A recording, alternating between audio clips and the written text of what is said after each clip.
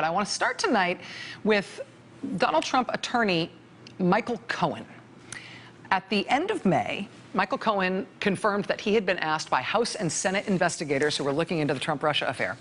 He was asked if he would testify and hand over documents in conjunction with their investigations, and Michael Cohen said no. He said he would not cooperate with the House and Senate committees investigating the Trump-Russia matter. He would not testify. He would not hand over documents. He was then subpoenaed, so not just asked, but issued with a subpoena to testify. And after he got the subpoena, he said, okay, he will. Before Michael Cohen was a central figure in the Trump-Russia investigation, though, he was a longstanding Trump Organization executive. He has been Donald Trump's sometimes personal lawyer. And when Donald Trump first considered running for president this time around, when he first started kicking that around in 2015, Michael Cohen was basically his only political advisor for the early days of his campaign. And in some combination of all of those roles, Trump administration executive, or Trump Organization executive, personal lawyer to Donald Trump, political advisor to Donald Trump who might run for president, in some combination of all those roles, in the summer of 2015, so not this past summer, but the summer before, Michael Cohen decided to give a comment to a reporter who was writing a story on Donald Trump for the Daily Beast. And that story concerned allegations against Donald Trump that had been made once upon a time in a sworn deposition by one of his ex-wives. Now, Michael Cohen spoke to the reporters writing that story.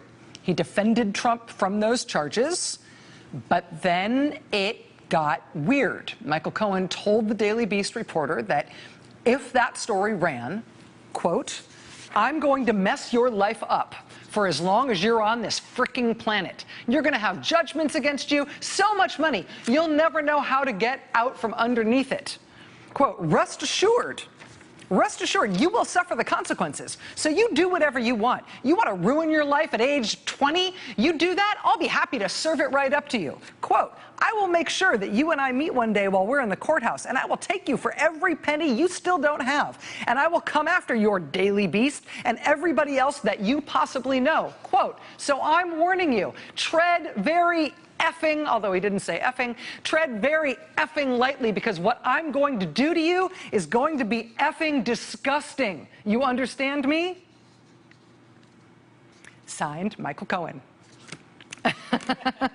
Trump Organization lawyer, Trump's personal lawyer for many years, the man who managed Trump's early political maneuvering to run for president in 2016. Michael Cohen, coming soon to a congressional committee near you. He is due to testify September 5th before the House Intelligence Committee investigating the Trump-Russia matter. Hopefully they've got a bleep button in that committee if it's going to be on C-SPAN. As president, Donald Trump has had to hire some new lawyers, not just for the legal jobs in the administration. He's also had to hire new lawyers for the job of representing him in the Russia investigations. I think we probably should have known from the Michael Cohen experience what Trump likes to look for in a personal lawyer. You're going to want to watch this next piece of video that we're going to show you. Raj Rajaratnam is free on $100 million bail after being convicted on all 14 counts of conspiracy and fraud at his insider trading trial. He is set to be sentenced on July 29th. Prosecutors had asked for Rajaratnam to be remanded into custody, saying he was a flight risk. But the judge granted bail, although Rajaratnam will remain under house arrest with electronic monitoring of his whereabouts. His attorney, John Dowd, has promised to appeal those convictions. And this is the video that I was talking about. CNBC caught up with Mr. Dowd just a short time ago. Would you like any comment for CNBC at all? Get the out of here. Okay? That's what I got for CNBC. That's what I got for CNBC. That gentleman, John Dowd, is one of the lawyers who President Trump has brought on in a personal capacity to represent him in the Trump-Russia investigations in Washington. That was CNBC's coverage from after Dowd's client, a hedge fund billionaire, received the longest prison sentence ever handed down by any court in the United States for an insider trading conviction. That's what his client got. Now that hedge fund guy's lawyer is on Trump's Russia team. But the captain of that team is a different lawyer, a lawyer named Mark Kasowitz. who President Trump brought to Washington to lead his personal representation on all things Russia. Mark Kasowitz is a little bit like Michael Cohen in that he has represented Trump for years in all sorts of different legal matters. He represented him in the Trump University fraud fiasco, where Trump ended up paying out $25 million. He represented Trump in an effort to keep secret the proceedings of one of the Trump divorces. He was the one who wrote to the New York Times threatening to sue the Times for publishing interviews with women who said they had been sexually assaulted or sexually harassed by Mr. Trump. You might remember Trump threatened to sue every one of those women, as well as the New York Times. He never actually did sue any of the women or the New York Times, but the threats to sue the Times came from Mark Kasowitz. So Mark Kasowitz is a longtime Trump lawyer, but now he has been shipped down to Washington to become the lead lawyer for the president in the most serious national security foreign influence scandal to ever hit this presidency or any other American presidency. And last night at almost exactly this time on this show, I mentioned that we might be seeing signs of some problems brewing, a little shakiness at the top of the president's legal defense team. First was this reporting from the New York Times that Mark Kasowitz is considering resigning as Trump's lawyer in the Russia matter. Today, Mark Kasowitz put out a statement saying that New York Times reporting was not true, but still, for what it's worth, that reporting exists. And there was this remarkable piece just published at ProPublica by Justin Elliott and Jesse Eisinger. It's sourced to more than 24 current and former employees of Mark Kasowitz's firm, as well as friends and acquaintances of Mark Kasowitz. ProPublica reporting in detail on one strange fact about this lawyer, Mark Kasowitz, who is leading the defense of the president in this highly sensitive national security foreign influence scandal. And that one strange thing to know about the president's lawyer is that despite this case that he is working on and the sensitivity of it and what it's about, the president's lawyer in this case does not have a security clearance. He doesn't himself have a security clearance, and he says he doesn't intend to get one, which means, among other things, that if there is any classified information that is involved in either the case against his client or the defense he is going to try to mount for his client, he can't even look at that information. He can't even have it described to him. If his client or somebody else relevant to the investigation ends up being asked to testify in a classified session somewhere, Mark Kasowitz can't even go into that room. ProPublica quotes Bob Bennett, who's a very famous Washington lawyer. He was personal lawyer to President Bill Clinton during the Clinton presidency. He says, quote, "No question in my mind, in order to represent President Trump in this matter, you would have to get a very high level of clearance because of the allegations involving Russia." But Mark Kasowitz doesn't have one. And the rest of this remarkable piece at ProPublica is about the possible reasons why Mark Kasowitz might not even be able to get a security clearance if he wanted to.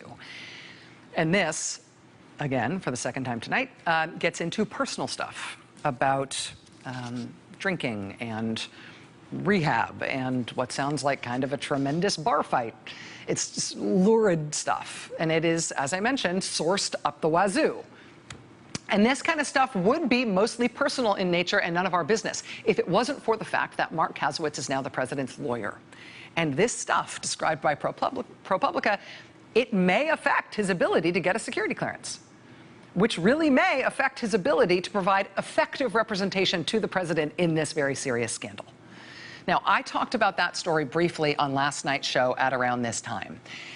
And then something new happened. I'm going to recount this. We're going to go, just as ProPublica did, we're going to go back to reporter Justin Elliott at ProPublica. Quote, "Mark Kasowitz, President Trump's personal attorney on the Russia case, threatened a stranger and a string of profanity-laden emails last night. The exchange began after the man saw our story featured last night on The Rachel Maddow Show on MSNBC.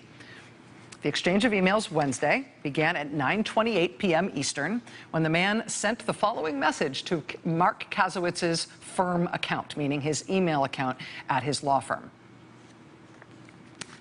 The text of the message says, 'Mark, You don't know me, I don't know you, but I believe it is in your interest and in the long-term interest of your firm for you to resign from your position advising the president regarding pending federal legal matters. No good can come from this, and in fact, your name may turn out to be a disparaging historical footnote to the presidency of Donald J. Trump. So that was sent at 9:28 p.m. Eastern Time. 5 minutes later, Mark Kasowitz responded. It was a short response. F you. Now, again, these guys don't know each other, right? But I think this is adorable. He uses an asterisk for the you. We did not add that. This is the original. Emphasis in the original. He did that. Then 15 minutes later, the other guy doesn't respond to that, but 15 minutes later, Mark Kasowitz is apparently still stewing.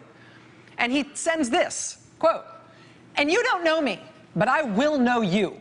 How dare you send me an email like that? I'm on you now.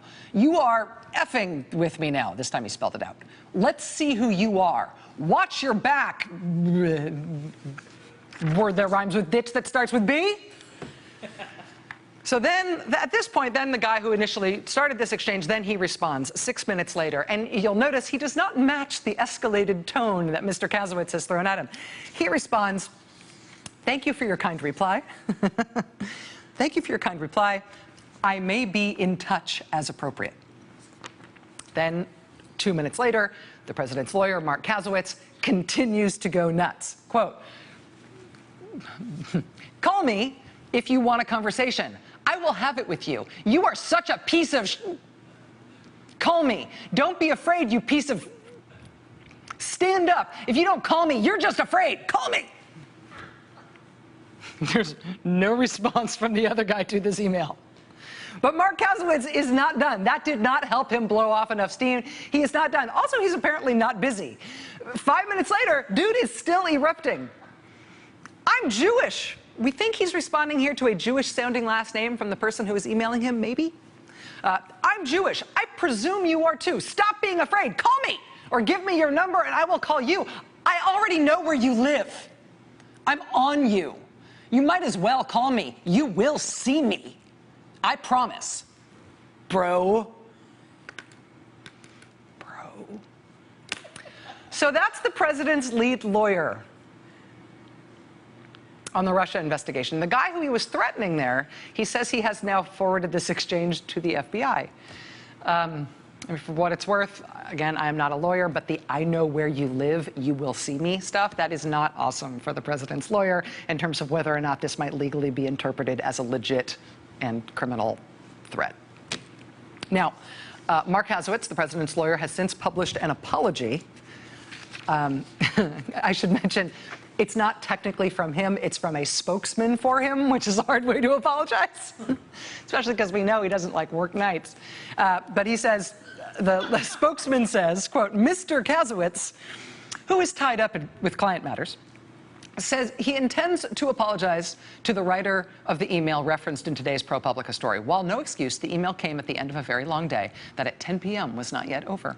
The person sending that email is entitled to his opinion, and I should not have responded in that inappropriate manner," Mr. Kasowitz said. Quote, "I intend to send him an email stating just that. This is one of those times where one wishes one could reverse the clock, but of course, I can't." Okay, so on the one hand, this is hilarious. I mean, how do you even find people like this, let alone a whole stable of them, right? This is like you went shopping for all of your lawyers at the before section of the anger management commercial. Right? But on the other hand, the president, any president, really does need good legal representation. And I say that just as a matter of me being an American citizen and wanting what's best for the country. I mean, even if you are not a Trump supporter and you are hoping the investigations into the Trump administration and the Trump campaign, even if you are hoping those administrations are damning and he gets turfed out of office because of them, frankly, especially if you are hoping for that kind of outcome, it is my opinion, I think, that you should be hoping for him to have competent representation along the way. We have an adversarial system of justice in this country for a very good reason. At the end of the day, however serious this scandal is, it has to be resolved in a way that the country broadly feels confident in. Confident that it was handled properly, that the investigation was unimpeded and unintimidated and unbiased and thorough, and for it to be settled in a way that it is truly settled, we're all really going to need to have confidence that the president was well represented, that he got good legal advice through this whole process, that his side of the argument, whatever you think of it, was hard fought and well fought by experts who are good at what they do. Whether or not he wins in the end, you want to know that the investigation was fair and his representation was fierce and professional. And that's why these worries about these guys being his lawyers, I think, ought to be a bipartisan, above the fray kind of thing.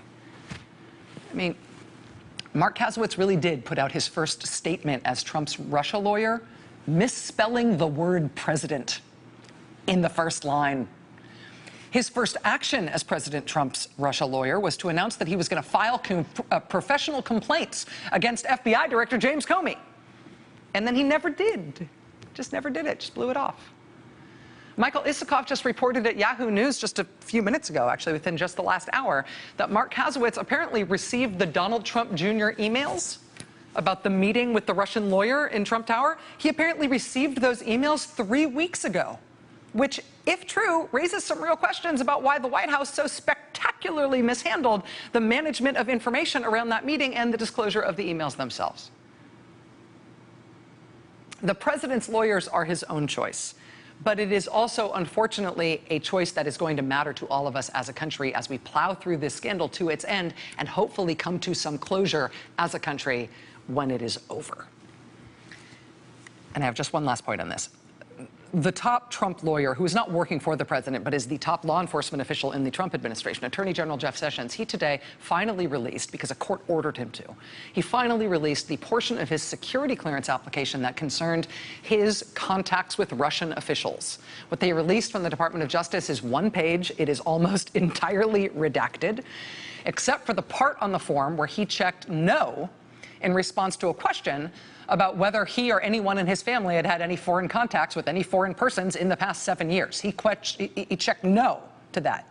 We now know, since he filed this form, that that was an incorrect answer. He has since admitted to contacts, for example, with the Russian ambassador during the campaign. That means his security clearance application appears to have been incorrect. We spoke tonight with a lawyer who handled employment issues for the criminal division of the Justice Department for over a decade. That lawyer told us that omitting that kind of key information on a security clearance application would get any normal attorney fired from the Department of Justice. Fired. That said, the phrase "any normal attorney" is not one that applies easily to any part of this administration. We got a lot more ahead tonight. Stay with us. Hey there, I'm Chris Hayes from MSNBC. Thanks for watching MSNBC on YouTube. If you want to keep up to date with the videos we're putting out, you can click subscribe just below me or click over on this list to see lots of other great videos.